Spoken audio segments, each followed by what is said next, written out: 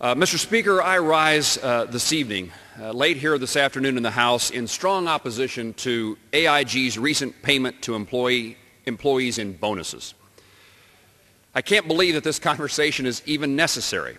The handling of these bonus payments by AIG's management is an insult to the people who are ultimately paying for them, the American taxpayer. I believe that good business behavior and superior professional performance should be rewarded. That's the way the market system works and should work. People that are good at their jobs should be recognized. The compensation bonuses awarded to certain AIG employees do not fall into this category of recognition. The American people own 80% of this company, yet 73 individuals employed by AIG received a bonus of at least $1 million each. The CEO of AIG today here on Capitol Hill called the bonuses distasteful.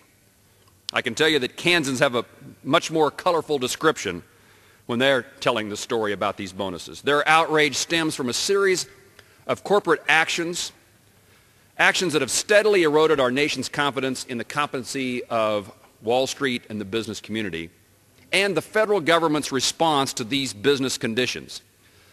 And the mortgaging of our children's future is especially damning when news of the bonuses arrives like it has this week. When the Troubled Asset Relief Program was first laid out, members of Congress were assured that this would be a benefit to the public and it would make a difference not only in the short term but especially in the long term. For many reasons, I did not support the initial bailout, including my belief that there were few taxpayer safeguards within this legislation.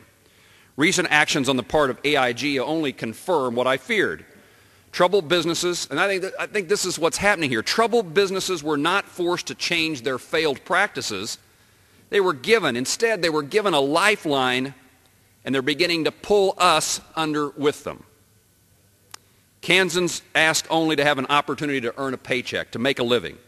Most Americans realize that bonuses are awarded if and when their employer is profitable and successful. AIG is neither. It is not fair, it's not right, and it ought not happen. I ask my colleagues in the House and the Senate to pursue all methods of recourse against companies that flaunt the will of the American taxpayer. But it's not just AIG we should blame. Congress passed this legislation without timely consideration. We rushed to judgment.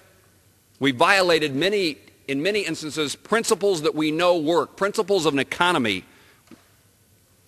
And our actions as a Congress that passed this legislation allowed AIG to pay these bonuses. Shame on AIG and shame on Congress.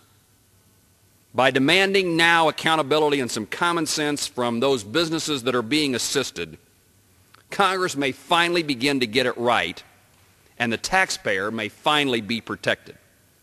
Thank you, Mr. Speaker. I yield back the balance of my time.